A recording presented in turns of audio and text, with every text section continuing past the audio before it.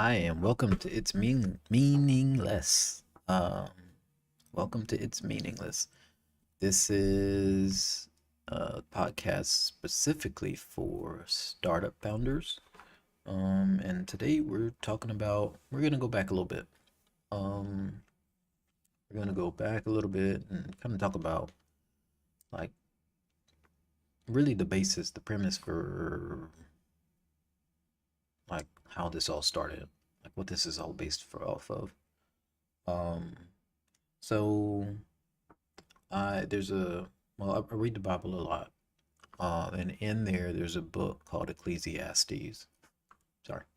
Um, and there are two books in the Bible that are known specifically for wisdom. There's some others, but two that are known mainly. And one is Proverbs, which a lot of people read.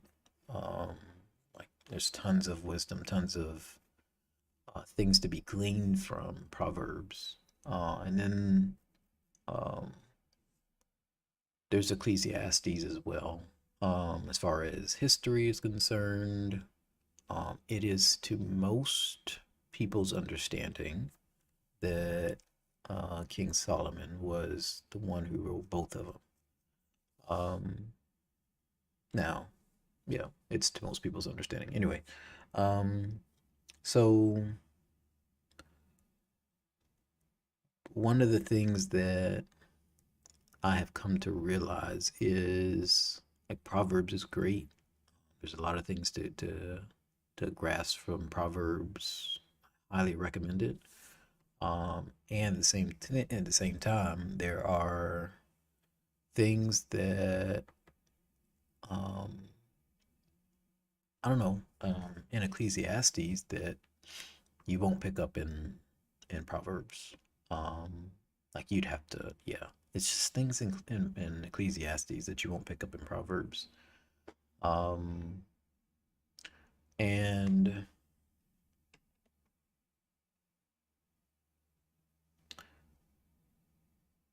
for those of you who don't know quite where I'm going, which I get, hold on, I'm going somewhere with this. Um, but the difference, I would say, and this is not like super comprehensive or anything. There are multiple differences, but I would say probably the biggest difference um, between the two books in terms of wisdom, which is effectively like information for living, information for life, um, is one. Um, I don't know if I can say this or not. Um, I might be wrong about this. I'm gonna say this with a caveat. I might be wrong about this point, but it is my understanding, and I could be wrong, that Ecclesiastes was written later on in Solomon's life. I'm about 80% sure of that, but I could be wrong. Um, so in other words, that would mean, if that's the case, that would mean that Ecclesiastes was um, more of um, more of an amalgamation of things he learned throughout all of his life. Um, and so I think that's probably the why behind the difference. But in terms of like just reading the two, um, Ecclesiastes on the surface, which is why I think a lot of people kind of shy away from it. Ecclesiastes on the surface seems a little darker. Um, I'll put it like this: there's a time and a place for everything, which is in Ecclesiastes. Um, but it seems a little darker. Um, and realistically, it's probably due to, in part at least, to where he was at that time in his life. Um, But at the same time, there are things in there um, that really get down to, I would say, get down to the base, the foundations, like the foundation of life, um, that you don't see in other books. At least not other books that I've read. Um, just the concepts that get discussed there, the things that get brought up, the things that get illuminated. Um, yeah. So this this podcast really came from um I don't know, one of the times that I was reading through that book, and really kind of like gleaning like new things. In other words, there are a lot of times that like we get stuck, we feel stuck, and in those times, um, usually it isn't something super soft that gets us out. Sometimes it's something that requires a little bit more punch. Um, and Ecclesiastes kind of does that. Um, yeah, Ecclesiastes kind of does that. So one of the things that I've picked up out of this, and I'm just gonna do a little bit. I don't know. I may touch on some specific places in it, but more than that, I'll probably do kind of a little bit of a survey, and just kind of hit some high points, um, of the book. So I will say this. So like I said, for most people, people shy away from it because it seems a little dark. His conclusion seems to be that everything's meaningless, nothing has a purpose, um, and you might as well just die. But that's not, or at least that's what some people take away from it. But that's not what he's saying. Um, his statement, he does make the statement of everything is meaningless. Um, and the thing that he yeah. So okay, it's like I'm trying to get through all the logic stuff here. Uh, see how much I want to take the time to explain it here.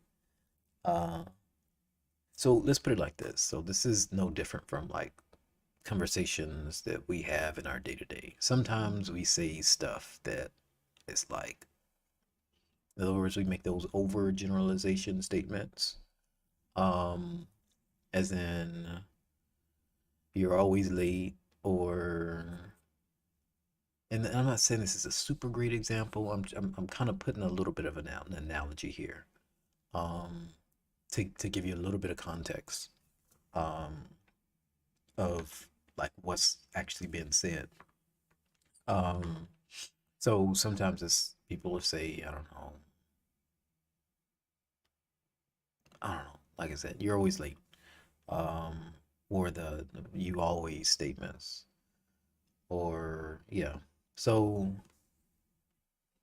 there are places, and frankly, like in reading through it, I think he only really says it twice. That everything is meaningless. Now, there are multiple times that he uses the statement meaningless or it's meaningless. So usually when he makes a statement, he's pointing to something in particular. So this in particular, he'll give us a scenario, situation. For instance, he talks about how um, the they're effectively they're wise people. Um, some people who have wisdom. Um, and in fact, he gave a story of um, a guy who was wise. He didn't have any money, but he was really wise, and the city, the town, or whatever it was that he lived in was in trouble, and like they were about to be attacked or something, which is a little bit different from today because cities are protected by nations, but it wasn't necessarily the case back then. But anyway, the city was about to be attacked, um, and there was like I said, wise man didn't have any money, and so effectively he came to the leaders in the city, and with his wisdom, he saved the city. Um, but then it goes on to go past that point of like what happened next. And the conclusion was, or well, at the end of that, the conclusion of the story, um, was that in the end, like people forgot him. It's like the dude saved your life, saved the lives of many people, probably, um, saved your livelihood, uh, and like I said, in the livelihood of many people. And in the end, they all forgot about him. Um, I don't know, and that scenario seems to at least hint at the possibility that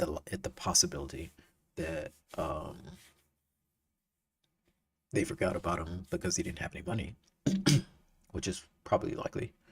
Um, but anyway, that's one of the scenarios he gives, and the conclusion to there is that that situation that's meaningless. Um, he gives other situations where, um, yeah, they're specific situations, specific scenarios. Some a little bit more um, abstract or practical than others. Um,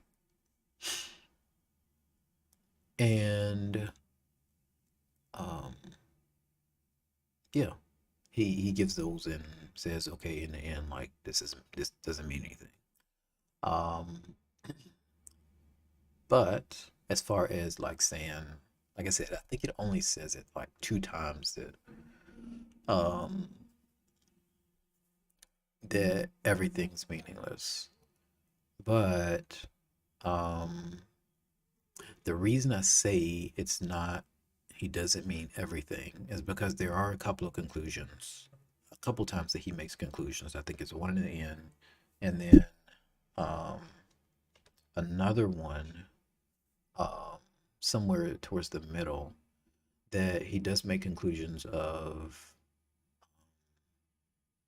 Yeah, in the end he does make the conclusion of um that it's good to fear God, to know God, to respect God, to listen to God. Um, and then um,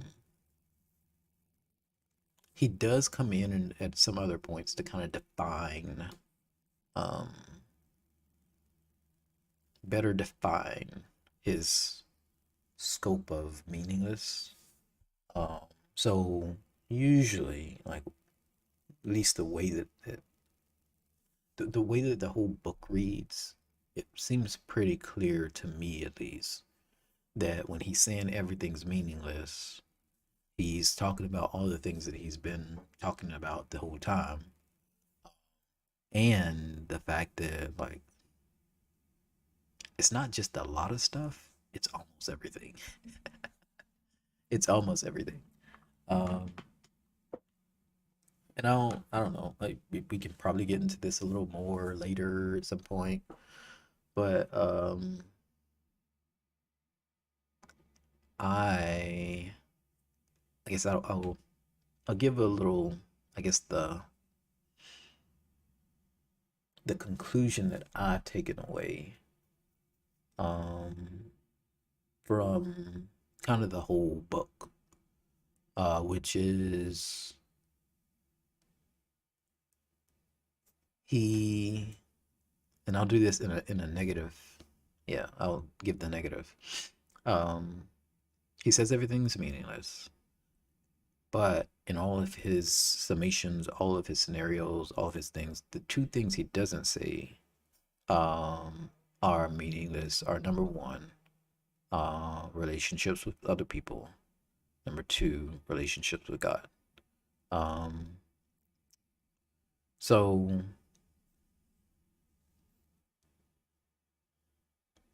if you take that, and I know that's a bit of a pretty big um, intro, but again, just laying the foundation. But if you take that, then if you really look around, like everybody knows that's the truth. Like nothing in this life is really of lasting value besides like the relationships we have. Um, so does it mean don't start a business? No. Does it mean don't do um, what we're doing? No. And in fact, as far as he's saying, there are other conclusions that he makes. The book is a little interesting in terms of how it's structured. I didn't, well, but I didn't mean to go super deep with this, but the book is a little bit different, interesting in terms of how it's structured. Um, he he makes he presents arguments and then makes conclusions, and so it's like he presents these arguments, he sets this up, he makes a conclusion, um, he sets up something else, he makes a conclusion, he sets something else up, makes a conclusion, which and then he makes a final conclusion. He makes kind of like a middle conclusion, and then in between, he makes sub conclusions, um, which I don't know is not necessarily different. Um, it's not necessarily different except for the fact that it does not appear that the sub conclusions necessarily build on top of each other. And I could be completely wrong about this, but to me, it doesn't appear that they build on top of each other. For example, one of the sub conclusions that he makes is um, that, and he makes this at least a couple of times, um, that it's good to, number one, like enjoy yourself, party up, have a good time. Um, and to find pleasure in the work that you do. Um, so while the ultimate conclusion is that, yeah, while the ultimate conclusion is that there there's nothing else really important. There's nothing in really of lasting importance in this life besides the relationships that we form. Um, well, that is the ultimate conclusion, and I think it's a valid ultimate conclusion. Um, like things come and go. Like yeah, things come and go. Um, even like we can go back and see historically, like even nations rise and fall. Um, companies rise and fall. Um, relationships are really the only thing that go past. Um, so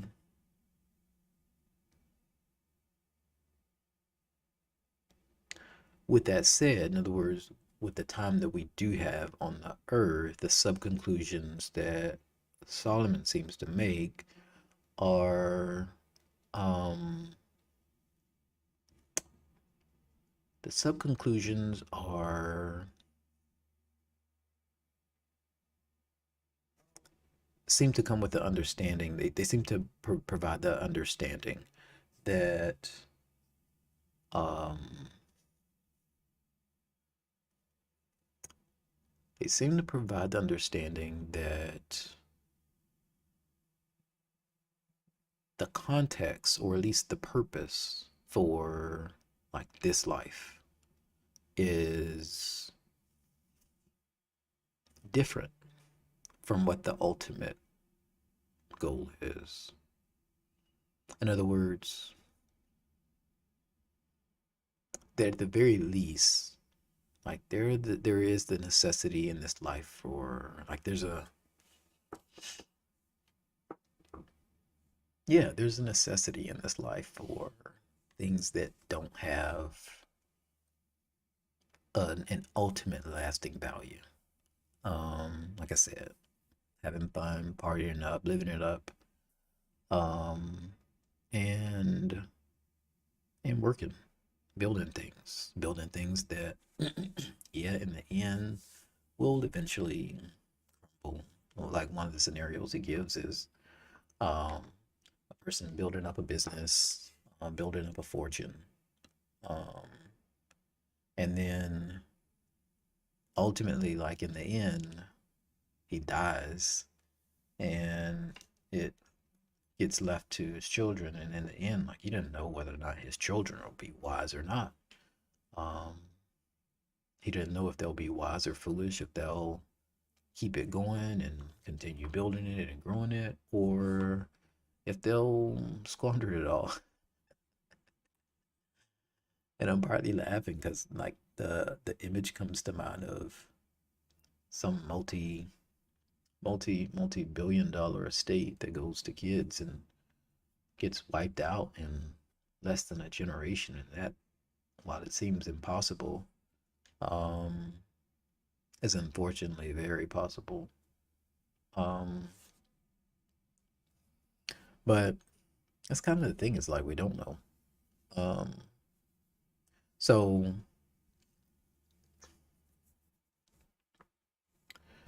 there's another there's another example, or um, uh, I don't want to say version because it is an actually different scenario, but um, effectively of a person building up a fortune, amassing a fortune, but effectively they don't get the ability to stick around long enough, whether it's dying or whatever, they lose it. They forfeit it to somebody else. In other words, they build it up, they do all the hard work to do it, and they don't even get to enjoy it. Um, they don't even get to enjoy it um, because somebody else comes and takes it, or they lose it, or whatever. And then the other person gets to enjoy what they built. And of course, his conclusion to that is meaningless. Um, so, um, that is, like I said, that's kind of a foundation of like where this thinking came from, where the setup for this podcast came from. Um, and so with that said, I guess that may feel a little heavy. But I assure you, like there's a purpose in it. Uh, in fact, one of the things he talks about, and I promise I'll end this on a higher note, but one of the things he talks about is um how when people um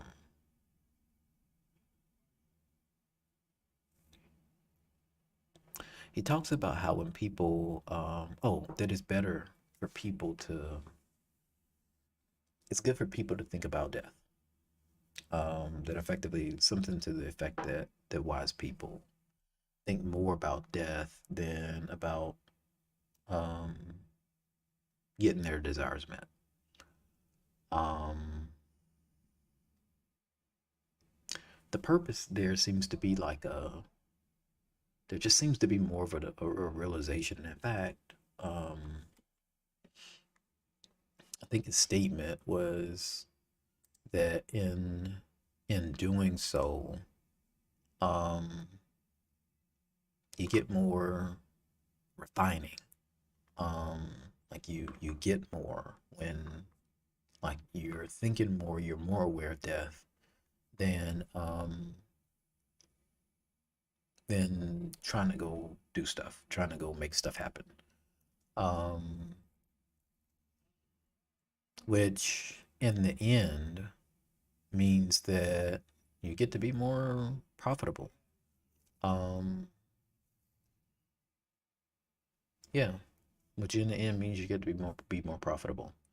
One of the things this reminds me of is the show for those of you all who remember the 80s, um, called The A-Team, with Mr. T. Um, it's B.A. Baracus. Uh, and anyway, they had this thing on there where they went on these missions, and almost all the time that they go on the mission, they're about ready to die. As in, like, the mission gets so they get in such a tight spot that it's like, well, we might die on this one. So they had this thing they called it.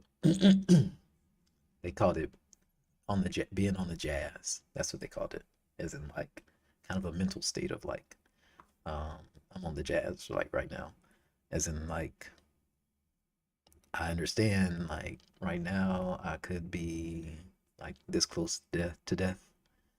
Um, but hey, it, whatever it is, let's do it. Uh, so I think that's a realistic place to be. Don't get me wrong. I'm not saying like well, I was gonna say I'm not saying that we're all the time super duper close to death, but I mean these days, like we probably don't we're probably not aware, but um or in the same time, I'm not saying that we should walk around all the time, um, thinking about death or dying, but at the same time, I think it's wise to be aware. I think it's wise to be aware of what could realistically happen. Um, and to me, there's a peace in that. There's a peace in that because um, it brings to the surface fears that were already inside of you bubbling around, and it's usually those fears that keep you stuck. Um, it's the fears of what if it doesn't, what if this happens. Um, and those are the ones that are keeping you stuck when we have the presence of mind to really consider, okay, this is um I don't want to say worst case scenario, but um because that seems too trite. But I'll say it. But this is kind of the worst case scenario. Um, when you have the presence of mind to be able to be there and sit there, not necessarily live there, but sit there long enough to be able to accept, okay, I'm good. I understand that could happen sometimes. In some cases, it's likely to happen. If it happens, okay. Um, so at that point, I don't have to look at it anymore. I can look to where I want to go, and most of the times you get there. Like if you keep your eyes off of um the guardrails, um, or the ravine on the side, and keep your eyes straight in terms of where you want to go. Um, that's usually where you head. For for those of you who know about riding a motorcycle, um, that's the rule. Like you're always looking. or you want to go anywhere else, and that's where your bike's going. Um, so same in life, same in business. It's just those principles that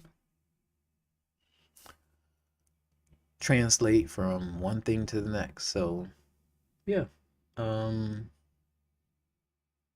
looking forward to exploring this a little bit more. Um, to going through more ways to where how like we can get to a place of using wisdom in our daily lives and our businesses to be able to grow more, to